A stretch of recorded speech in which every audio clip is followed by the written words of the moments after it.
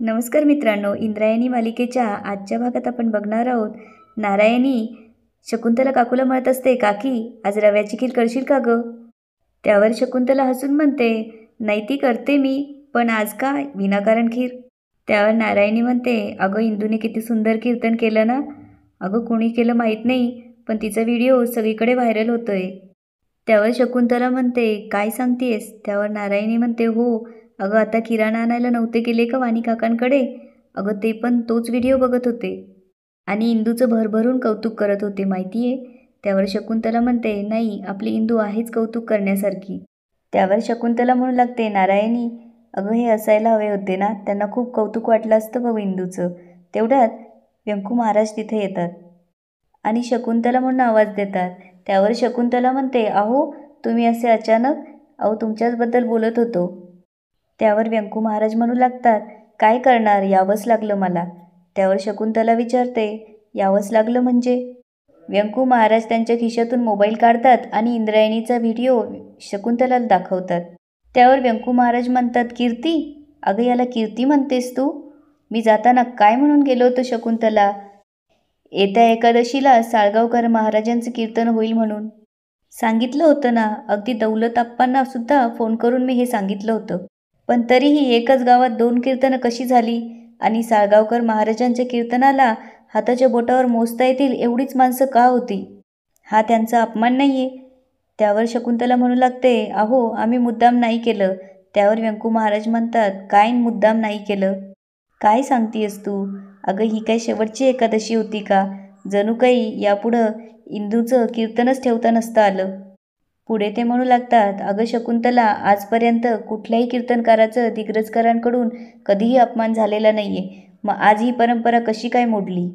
अगं आपल्याकडे आलेल्या कीर्तनकाराला आपण विठुरायाचं स्वरूप मानतो, त्याचा आदरातिथ्य करतो आणि तुम्ही त्याच दिवशी त्याच वेळेला इंदूचं कीर्तन ठेवलं. त्यावर मोठ्याबाई येऊन म्हणतात, व्यंकट भाऊजी हे बघा, जेवढ्या दिग्रजकरांच्या परंपरा तुम्हाला महत्त्वाच्या आहेत ना, तेवढ्या आम्हाला पण महत्त्वाच्या वाटतात बरं का. आणि तुम्ही शकुंतलेला कशासाठी बोलताय?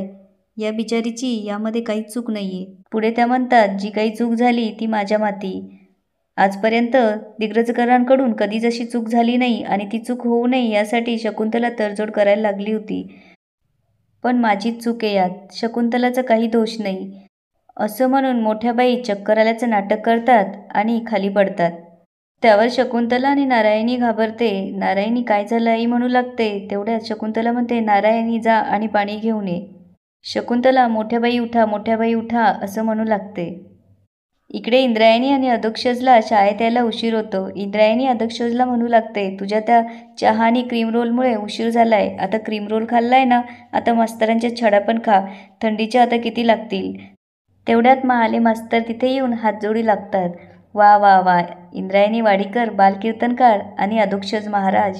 पुढे ते म्हणतात, पण सॉरी हो, मला शाळेत यायला थोडासा उशीर झाला. त्यावर अधोक्षज म्हणतो, अहो चालतं हो, झोप लागते ना कधी कधी, झोप पण महत्त्वाची असते. आम्ही पण कधी कधी उशिरा येतो शाळेत.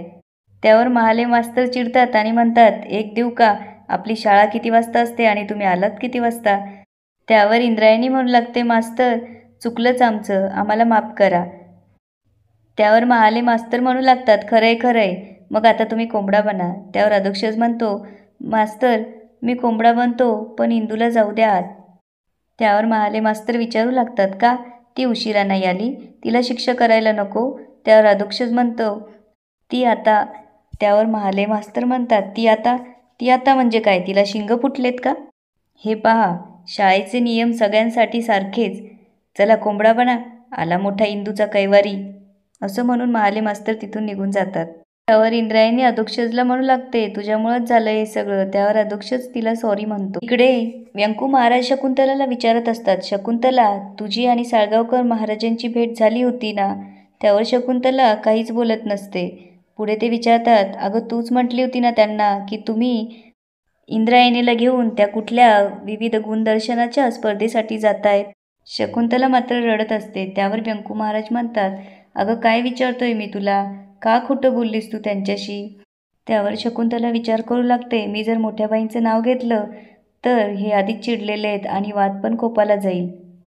ती पुढे काही बोलणार त्यावर व्यंकू महाराज म्हणतात, आता कुठल्याही प्रकारचं स्पष्टीकरण देत बसू नकोस. हे बघ, मी तुला आधी पण बोललोय, इंदूने ह्या वयामध्ये इतक्या मोठ्या प्रमाणात कीर्तन करणं साफ चुकीचं आहे. आणि या सगळ्यावर आपली चर्चा झाली होती की नाही? आणि मी इंदू कीर्तन करणार नाही असं सांगून गेलो होतो की नाही? आणि साळगावकरांचं कीर्तन मी ठरवून आलो होतो.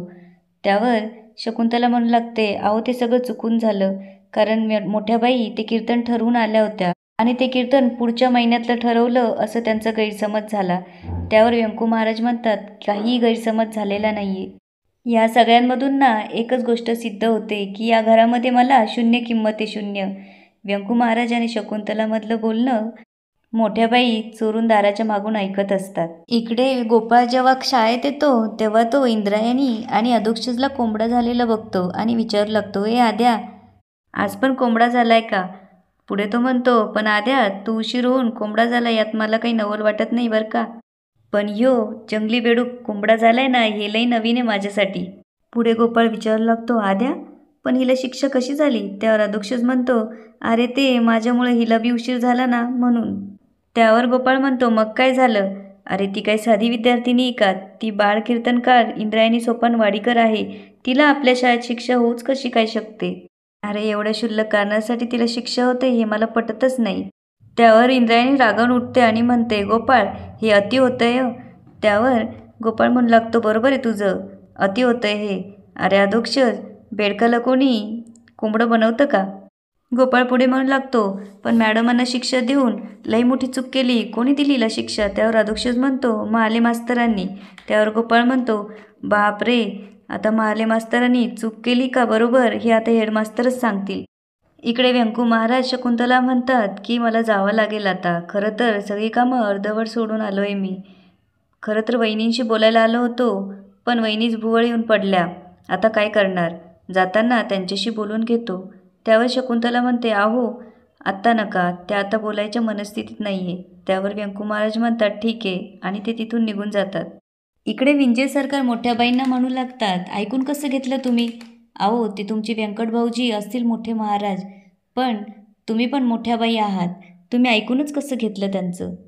दिग्रजकर खानदानातल्या मोठ्या सुनबाई आहात तुम्ही तिकडंच खणाखणच बोलून टाकायला पाहिजे होतं आणि तुम्ही ऐकून घेतलं. त्यावर मोठ्या बाई बोलतात, मग काय झालं असतं?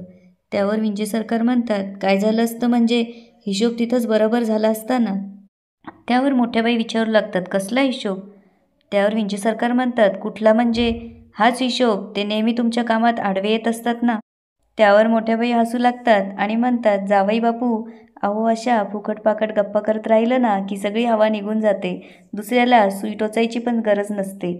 पुढे त्या म्हणू लागतात, अहो आमचे व्यंकट भाऊजी आलेत आणि जातील पण निघून, मी मध्ये बोलून उगाच त्यांचा मुक्काम कशाला वाढवू? आणि त्यांना काय साध्य होणार आहे? त्यावर विंजे सरकार म्हणतात, बरोबर आहे तुमचं, पण व्यंकट महाराज असंच आपल्या कीर्तनाच्या बिझनेसमध्ये नाक खुपसायला लागले तर पंचायत होईल. त्यावर मोठ्याबाई म्हणतात, कसली पंचायत? अहो तुम्ही ते व्यंकू महाराज आधी गेले का बघा. त्यावर विंजे सरकार म्हणतात, हो, आत्ताच मी त्यांना बाहेर पडताना बघितलंय.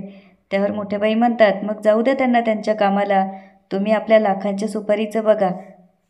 सोन्याची खाण गावली, आपल्याला उपयोग झाला पाहिजे. इकडे व्यंकू महाराज विठुरायाचं दर्शन घ्यायला मंदिरात जातात तेव्हा इंद्रायणीचं लक्ष व्यंकू महाराजांकडे जातं व ती मंदिराच्या आत जाऊन त्यांना विचारू लागते, व्यंकू महाराज, अहो तुम्ही कधी आलात?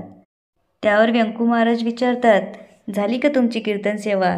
त्यावर इंद्रायणी बोलू लागते, तुम्हाला कोणी सांगितलं? तुम्हाला शकुंतला काकींनी सांगितलं असेल ना, आणि हे सुद्धा सांगितलं असेल की मी कीर्तन सेवा खूप छान केली म्हणून, आणि तिथल्या लोकांनी पण माझं खूप कौतुक केलं. त्यावर व्यंकू महाराज विचारू लागतात, मग तू तेच कीर्तनात बोलली ना जे मी तुला शिकवलंय? त्यावर इंद्रायणी हो बोलते आणि म्हणते, अहो तुम्ही माझे गुरु आहे, तुम्ही जे शिकवलं तेच मी बोलणार. त्यावर व्यंकू महाराज म्हणतात, मग कधीतरी खोटं बोललं तरी चालल, हे शिकवलं का मी तुला? आणि ते त्यांच्या खिशातून मोबाईल काढून तिला व्हिडिओ दाखवतात. त्यात इंद्रायणी बोलत असते, प्रत्यक्ष देवाने खोटं बोललंय, मग आपण बोलायला काय हरकत आहे? आपण बोलू आजपासून खोटं, चालतंय का? त्यावर व्यंकू महाराज बोलू लागतात, कीर्तनकारांनी प्रत्येक शब्द अतिशय जबाबदारीने बोललं पाहिजे, कारण कीर्तन ऐकायला आलेली लोक कीर्तनकाराच्या तोंडातून निघाला शब्द हा जणू विठुरायाच्या तोंडातून निघालेला शब्द आहे या भावनेने ऐकत असतात. हे योग्य वाटलं का तुला? त्यावर इंद्रायणी नाराज होते. व्यंकू महाराज इंद्रायणीला जवळ घेतात आणि म्हणू लागतात, हे बघ इंदूबाळ, तू अजून कच्चं मडकं आहेस. तुला अजून तयार व्हायला वेळ लागेल. थोडा वेळ घे. पुढे ते म्हणू लागतात, झाडावरून तयार होण्याआधी उतरवलेल्या फळाला काय म्हणतायत माहिती आहे ना? कच्चं फळ. हीच ती वेळ आहे, हाच तो क्षण आहे सर्व प्रकारच्या मोहांपासून दूर राहून स्वतःचं सत्व जपण्याचा. तुझ्या परीक्षेचा काळ चालू आहे ग वयो. सांभाळून राहा. सांभाळून राहा आणि आपल्या कीर्तन परंपरेला बोल लागेल असं कधीही वागू नकोस आणि बोलूही नकोस. व्यंकू महाराज उठतात तेव्हा इंद्रायणी त्यांना विचारू लागते, व्यंकू महाराज निघालात का तुम्ही? त्यावर व्यंकू महाराज म्हणतात, हो, मला निघायला हवं. त्यावर इंद्रायणी म्हणते, मग माझं चुकी बरोबर हे मला कोण सांगेल? त्यावर व्यंकू महाराज म्हणतात, तुझ्या आतली विवेकबुद्धी. आणि बाळा, प्रत्येक वेळेला व्यंकू महाराज नसणार सोबत, पण शेवटी तो आहेच असं म्हणून ते विठुरायाकडे बोट दाखवतात. त्यावर इंद्रायणी म्हणते, विठुराया पाठी राखा. व्यंकू महाराज इंद्रायणीला म्हणतात की आता तू तुझी चूक सुधरव आणि जा आता घरी, मलाही निघायला हवं. व्यंकू महाराज विचार करू लागतात, या छोट्याशा जीवाला असं कठीण परिस्थितीत सोडून जायला माझंही धैर्य होत नाही. आणि याच ठिकाणी आजचा एपिसोड संपतो. आता पुढे काय होणार ते बघूया उद्याच्या भागात. धन्यवाद.